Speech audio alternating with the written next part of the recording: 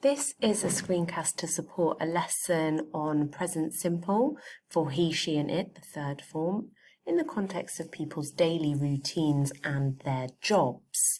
This is taken from Speak Out Elementary course book by Francis Eales and Steve Oakes and published by Pearson. This is Unit 2 on pages 20 and 21. So you can see we're going to introduce the topic of the lesson about daily routines using these pictures. Learners can match the verbs, the phrasal verbs, collocation phrases with the pictures to talk about their daily routines. Learners have done this before, so it should be quite a quick activity. Then move on to them asking each other questions and answers about their daily routine. Now, we don't want this to take up a lot of time because it's just the lead-in to the lesson. So rather than having them fill in the questions, give them the questions already filled in.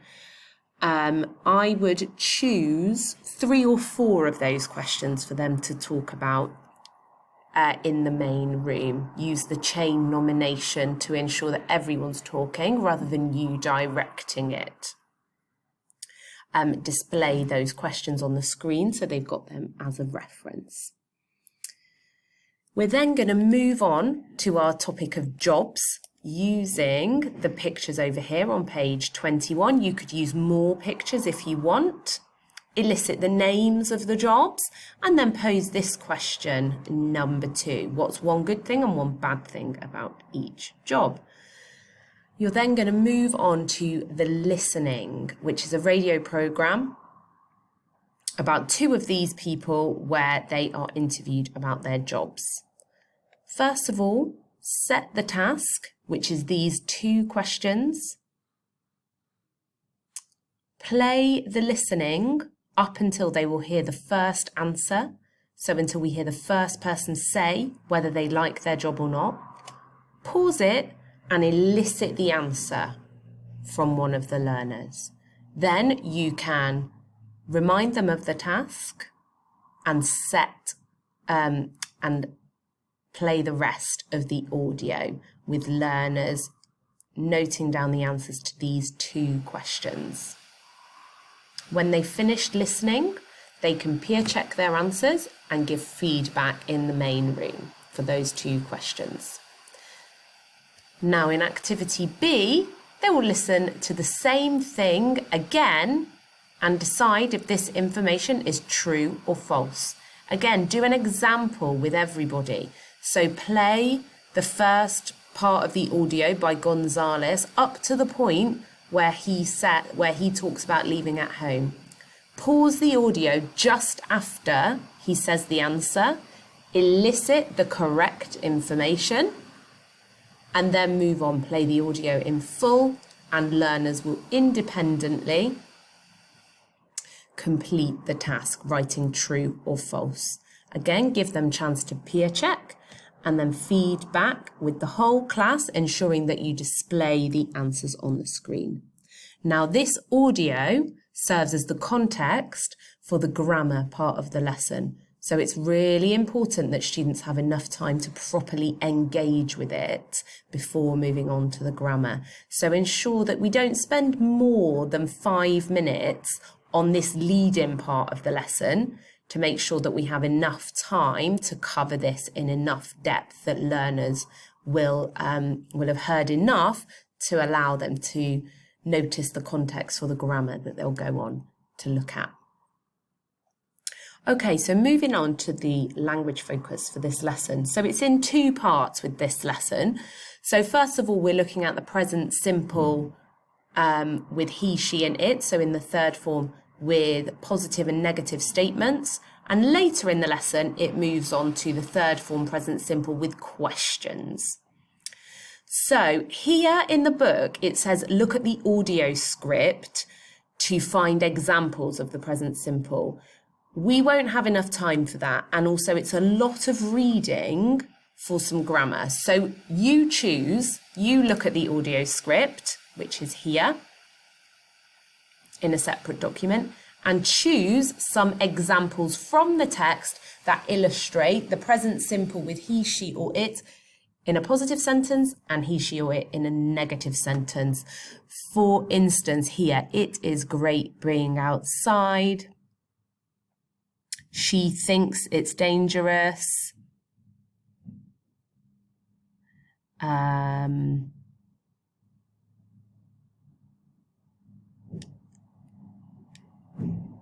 That's a problem for my daughter. No, she wants to work with animals. She watches animal programs on TV. So you pick some examples out of here, display them on the board for your learners to see, and then they can do these boxes and this rule box together. This is an example of guided discovery where learners work out the rules of the grammar. These two boxes here focus on meaning and form. For pronunciation, you can focus on the S endings. I wouldn't listen to this, I would drill them yourself so they can focus on the different sounds that the S ending makes using the examples that you've already given them for this part of the lesson where you looked at the meaning and form. So you can say them and ask learners to listen to the end of the word and differentiate them into those three categories.